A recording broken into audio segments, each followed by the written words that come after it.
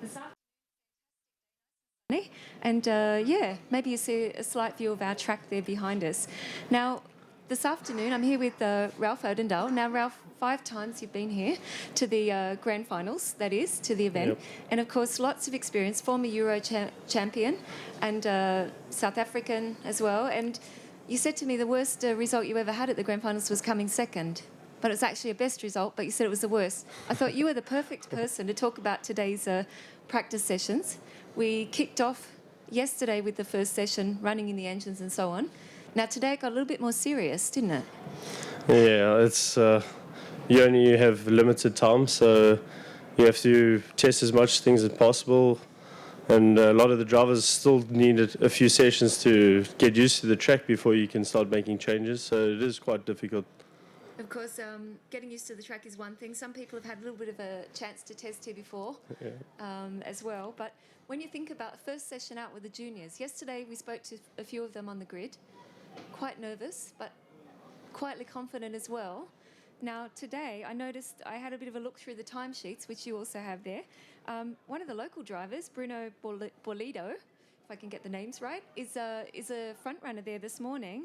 But one of the Russians, Andrei Lachenko, I noticed was up there, first and second, both of them, in both their sessions. Now, this afternoon was a little bit quicker than this morning. But, of course, we've also got not only the locals and the Russians, but also some top drivers there from the Euro Challenge, from the Netherlands, from Austria as well, Thomas Preining, running in the top 3, top 5. What do you think? At this point, is it a good indication? Do you think who's going to take pole position tomorrow afternoon? Well, it's still very early. There's so much testing to be done. Some guys would have had a few mistakes, tested the wrong thing, so I think we just saw way that too when a early, few of them dropped down in the second session. Yeah, and exactly. overall, Yeah, and I think it's just too early in the game right now. Tomorrow's the last session, so it should be close enough to qualifying to see the results. Yeah. And of course, the quickest girl here, we've got number 8, Jessica Backman. So, from Sweden, Jessica's actually come a long way this year, so we might see her, who knows, top 5 maybe, she told me. Yeah. Okay, when we get to seniors then, a little bit different. Once again, another Russian, Alexander Zankin, topped the timesheet this morning. However, this afternoon, also Harrison Scott was up there. This afternoon, Joseph Mawson, I actually spoke to Joseph after the second session from Australia. Now, Joseph's actually an Australian champion and somebody that probably we also should watch. However, in the end, French driver, and maybe you've met this guy on the track, Alexander Finkelstein, the guy that pops up every now and then, and he can be fast or he can be have a shocker. But today, Alexander set the quickest time.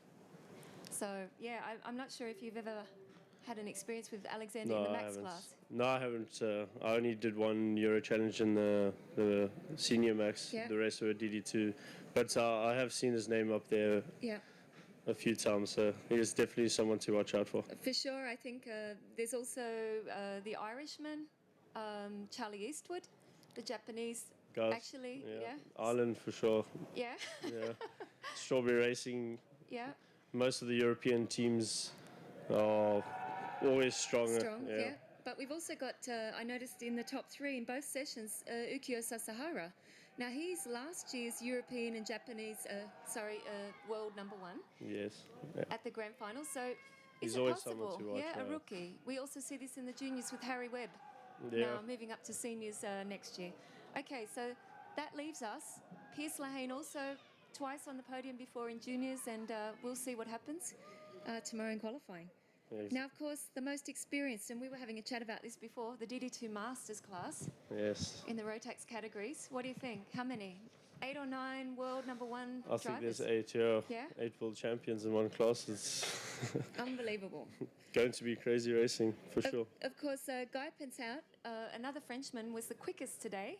So that's 2 Frenchmen have taken 2 of the classes so far quickest on the day in practice.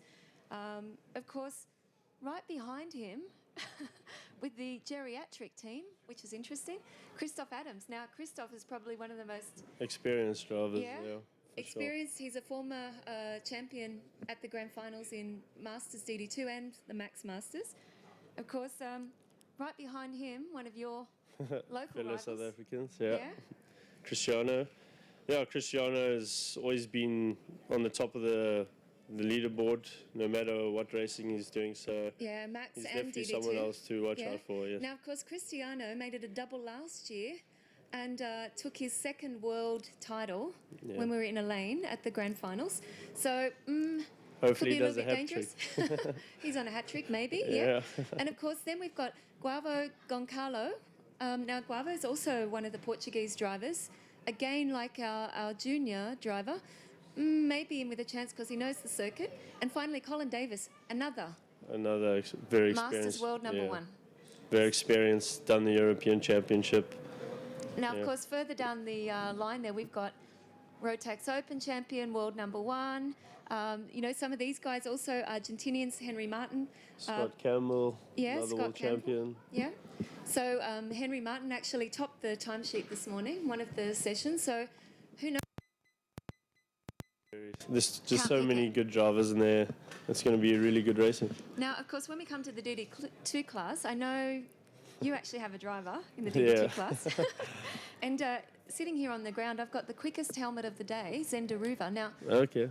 Zenderuva actually topped the timesheet overall from the two sessions this afternoon. Yes, he did. He's the Benelux champion this year. He's one of the top three in the Euro Challenge, and he just recently won the Rotax Open in Spain.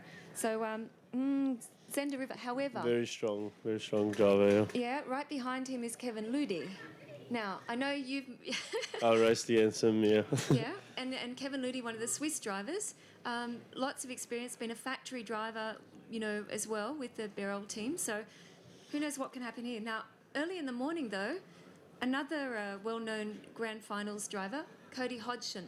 Now, he actually comes from the US, and he was the quickest in the morning session with Simon Wagner. In the end, I guess, it got a little bit quicker, under 1 minute, the lap times this afternoon. Yeah, 59 seconds. And I've raced Cody Hodgson as well. He's really good. There's so many good drivers this year in all the classes. When you look at this, I guess it's getting better and better. The cream are coming really to the Exactly, yes. to the top, and at the same time, there are so many. With 276 drivers in these four classes, not counting our Micromax crew that will come in tomorrow. The new ones, yeah. Yeah. So when you think about this, you said earlier you can't really tell. Still testing some things, as you obviously were also with your driver today. Yes, I was, yeah. But in the end, when it comes to tomorrow, do you think if you don't have it by session 3, session 4, or do you really believe, that anything can happen in that qualifying session, make that last minute? Well, it helps a lot if you get it right by tomorrow's first practice, because obviously you got qualifying next, and then if you have a really bad qualifying, you have to start really far back in all the races. So there's always more chance of you getting involved in accidents and stuff if you don't qualify well. Yeah, so it's really important. It is really important, but it's not impossible. We've seen with Caleb Williams, he did the rapid charge and then he landed up winning. Yeah, he was a champion. Yeah, exactly. So it's really hard to say. It just helps a lot if you get your stuff sorted out before the qualifying starts. And of course, everyone's on different equipment, not their own equipment. So yeah, everything's new. There's lots of drivers that have never driven this kart, so it's but it's the same for everyone. So it's really good. 5 times, Ralph, each time. Every time, did you think, yeah, this is the one, or you got so Yes, close? you do think that. I always get so close, but so far. So you need a lot of luck, and you just need to get everything perfect. Yeah. And And of that's the deal. That's how it is. Yeah, exactly. That's racing. That's racing. Yeah. We won't say that, but the old cliche. Now, Ralph, this morning we actually spoke to some of the South Africans. How long did it take you to get here? Sure. We had... How many hours? It roughly took us exactly about a day to get here. I know the guys from Durban had a flight to Johannesburg, which is an hour. Then we had to wait there about 4 hours before you catch a flight to Frankfurt. Then in Frankfurt, we actually had to wait 5 hours before we caught our next flight. and then that was a 4-hour flight. So the time you get here, you're really tired, and you just actually want to start. You just want to get out there. You come to the track, you see all the carts lined up here, and it's amazing every time. You just want to jump in the cart and go. Yeah. Well, this time you can't jump in the cart. Yeah, but, unfortunately. what I did do, I took a walk around. So we're going to have a look now and see how far the trek was to Portimao. Thank you. Well, here we are in the paddock at the Rotax Max Challenge Grand Finals. Great. Thank you And I very thought, much. seeing we have people from more than 60 countries around the world, that we would walk around and see how did they get here, how long did it take them to get here, anything interesting about getting here, and should be good. Okay, Matt, all the way from New Zealand, tell us, how long did it take you to get here? When did you leave home? We left home on Wednesday at about 4 o'clock, and it's about 36 hours till we got to about Lisbon. And you're a few hours time difference as well, aren't you? Yeah, we're from here to where we are in New Zealand, it's 13 hours exactly. So it's taken us a few days to adjust and kind of get in the swing of things I'm over here with here. Jim from South Korea. Jim, how many hours did it take you to get to Portimao? 22 hours. So Felix, all the way from Indonesia, how long did it take you to get here? 17 hours. And where did you fly from? Jakarta, Dubai, then here Lisbon. All the way from the US. How many hours travel for you? It took me about 8 hours. Pretty long, yes. And what's the time difference from here, Portimao, to where you are? 5 hours. Okay, and how many flights? We took 2 flights, yes. Okay, to Lisbon? Yes, we flew from Miami to Lisbon and then from Lisbon to Faro. And anything interesting happen on the way? Not that I can remember. The flights were really nice, but I wasn't able to sleep, unfortunately. You resemble somebody that I know from the North Pole. How long did it take you to get here? About 25 hours. So you left when? I left Sunday morning at 5:30. And I arrived here at 8 o'clock yesterday morning. Okay, and did you say your name is Alan? Alan Rudolph Sr. Alan Rudolph. Rudolph, like red nose? Yep, that's it. That's it. Okay, Alan, enjoy, and thanks for travelling all the way from the North Pole. Very good. So how did you feel after travelling for a day and a bit? Very tired. It took us 36 hours from our house to our hotel. My goodness, 36. Yes. Yeah. And how long did you sleep for when you got here? About 2 days. I heard you had a little bit of an interesting journey to get here. Yeah, it was took a long time from Sydney to Dubai, 14 and a half hours. And then from Dubai to Lisbon, which is 8.5, and then about a 3-hour drive down to Portimao. So it was a very long trip. Now, I know you missed your flight. What happened? I lost my passport. Then I found it, hopefully I found it in the second day. Then we managed to come. Okay, so when you should have flown, how many hours later did you actually get a flight? 8 hours. So 8 hours. And where did you fly from? from Oman. No, actually from Dubai. Dubai to Lisbon. So here with Yudi from Brazil. Now, Yudi, how long did it take you to travel from Brazil to Portimao? Around 11 hours. And how many flights is this? 2 flights. And did everything go okay, or were there any problems? Yeah, just my mechanic lost the last flight. Missed the flight? Yeah, the last one. What happened? I don't know. Should I ask him? yeah, ask him. How long did it take you guys to get here from home? It took like 17 hours Really? Where did you come from? from Colombia. Okay, from Colombia, where did you fly? Which city? I flew from Bogota to Madrid, and then Madrid to Sevilla, and then we went from Sevilla in car to here. Okay, Colin, all the way from Jamaica, man. Now tell me, how long to get here? Where did you fly? Well, we flew from Jamaica to Miami, then Miami to Madrid, and then from Madrid to Lisbon. Then we drove to here. Kevin Ludi, now I know you guys from Switzerland, it's not so far to Portugal, but you came here testing, and I heard you had a little bit of an incident on the way home. Yeah, we had a little bit long trip back. We had about 2,500 kilometers, and then just 200 kilometers before the border in Switzerland, we lost the tire on the bus, and yeah, then we was a little bit in the trouble in the night. To changing a tire on a bus was not so easy. Yeah. What time did you get home?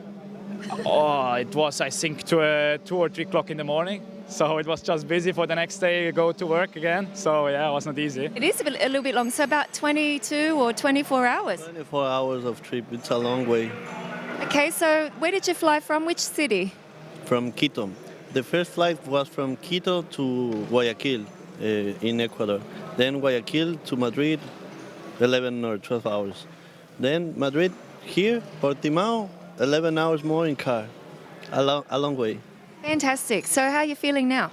Feel great. This is a great event. Rotax is great, and we try to be the fastest. So Lee, all the way from down under, how long did it take you to get here? It's a 30-hour flight all up from door to door, so it's a decent trip. And anything interesting happen? I know the Aussie guys, they're not used to driving on the opposite side of the road. Yeah, a lot of the guys have managed to drive on the wrong side of the road at some point in time. Normally it's a car park coming out or something like that, and one of our drivers, DD2 driver, and you can 323, you can work it out from there, I won't name him, but did have a little bit of an incident and drove into an ambulance in the McDonald's car park. So, Was the ambulance parked? The ambulance was parked, there was no one in the ambulance, so he had a altercation with the police and had a discussion with them, to a bit of a chat. No major damage, just minor bingle. He had no understanding of what they were telling him. So, but all drivers are okay, and here in Portimao, and it's great to be here and a great venue. Just to clarify, that was that 323? It was 323, like the Mazda 323. So. Okay, so anyone in the DD2 class, watch out for 323. Yeah, and if ambulances are anywhere nearby, just stay away from them as well. There's actually 3 parked on the track, so... Yeah, well, he's okay on the track because there's only one side of the road you can drive on, whereas off the track, well, it's a different story. Okay, so thank you for that, and I'm sure, don't worry, you can trust me, I won't tell anyone. No, we won't tell anyone at all. And a couple of funny stories there. I've also heard some other stories, but they wouldn't show their face on the screen. So a long way, but we're all here, and of course... Robert Gumpenberger from BRP Powertrain has joined me, together with Martin Herschel. Now, Martin, Mark 1 Germany, welcome to the Rotax Max Grand Finals. Now, Robert, first of all, we'll start with something new, something different. Every year you tell me. We've always got something up our sleeve. This year we see a new brand of chassis in the DD2 class. Maybe you can tell us why we do this. Why do we see someone new? Yeah, let's start from the beginning. Why 13 years ago we started this Max Challenge Grand Finals program, and it was growing every year. We started with drivers using their individual chassis, but this was a logistical nightmare. We had to bring 68 chassis for the beginning from different countries to one place in time, and it simply didn't work out anymore. So then we thought, how can we solve that problem? We need chassis, so let's talk to the chassis manufacturers that built them. And so a lot of chassis manufacturers came along, CRG, Sodi, Birel, a lot of them, Hase, and we want to show that we are pretty open to every chassis manufacturer. We used to produce our own chassis, but we stopped a long time ago because we want to be independent. And this year, every year we send out the tender, and this year, suddenly, Mach 1 showed at least some interest. So we went there together with our German distributor, and let's talk. Of course, it's not so far from Austria, is it, over the border? No, it's the neighboring country, but I think it's the same distance than going to Italy. Really? Yeah. It's quite a long way to Frankfurt and then down, so... Yeah. And in having someone new and different, do you have to explain a lot of information? And because I know also, perhaps Mark 1, we're not so familiar with the event itself. Not with the event, but of course they produce DD2 chassis for some years. They are, it's a German quality product. So of course we had to tell them a little bit about the special needs for this event, but they did a great job. And because they have to bring all the spare parts and all the things, different this is the definite thing, that they have everything they offer here. They need to have for everybody. Yeah. Because if somebody wants some part, the others might see, we also need that. So there were some specialities, but we explained that to him, and we had a lot of communication, and finally we're here, and so far so good. Yeah. Mach 1 does a good job. Yeah, and of course, I will just ask Martin. Now, Martin, first time here at the Grand Finals. Tell me, what's your impression? First impression. I was really impressed when I arrived here and saw all the tents and everything, and it went then. The most exciting impression for sure was the lining up all the chassis on the start-finish line. It was so impressive. I've never seen this before. I think most people still can't get over this first impression of all these chassis, more than 300, sitting there on the start-finish line, brand new. It's unbelievable. But when you think about this spirit, have you ever seen this before? More than 60 countries. I'm not sure I've ever seen it. All together, competing all together under two big awnings. No, never seen this before. And but I like it very much. It's a good idea from Rotax. They developed it over years now, and they have a big success with this idea. And this is the right way then. Yes, and of course, to take on a new brand, maybe you can tell us a little bit about the history of Mach 1 kart in Germany, so that everyone knows who are they. Yeah, Mach 1 kart was founded in 1969 by my uncle and my father. They started karting, and they were very successful in Germany and also in Europe then. Now the idea is to grow further, and Rotax Max Challenge is the best platform for us to spread our brand to a wider publicum. Of course, talking about German drivers and karting, we know that Sebastian Vettel just won the World Championship again a few days ago. So, you know, Germany is really up there. They also have lots of Formula One drivers, incredible competition in cars and karts in various championships. Now, when you come to an event like this, what do you expect? You say you want to put your brand out there in front of the public and take it really around the world, which you do because people from all around the world are driving it today.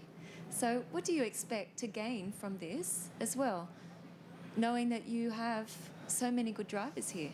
Yeah, I get so many different and good information, and it's also a good platform to develop my chassis. I got so many ideas, even from the mechanics. They told me, oh, only small thing here, small thing there.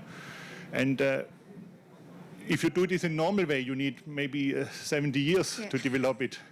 And now you have one event. Yeah, no, it's fantastic. And, you know, I guess on behalf of everyone, we welcome you. Last year we spoke to all the manufacturers together. We were talking about karting, and it's really nice, someone new and different, and also a different perspective, different ideas. And like you say, it's a good balance, a good platform for you to kick off, but also for Rotax, you know, to have a new partner. Yeah. So, yeah. And, I think it's great to see the kart. So, welcome. And Robert, is there anything else you'd like to add? I guess another super event, we will talk to you anyway at the end. But it's really exciting, and now we're about to get into qualifying tomorrow. Yeah, it's going to be tough tomorrow. We saw already today there is almost in some categories it's 60 people in 1 second, and in qualifying it will get even tighter. Yes. So the driving standard or the level of competition is growing every year. So we're looking forward. Really exciting. Yeah. So tomorrow, day 4, Wednesday, and our live broadcast will begin around lunchtime. Just in case you guys happen to be looking at the internet, not working. So we'll be live online with the timing and live broadcast, and we're back here tomorrow night with the news. Who's on pole? Stay tuned.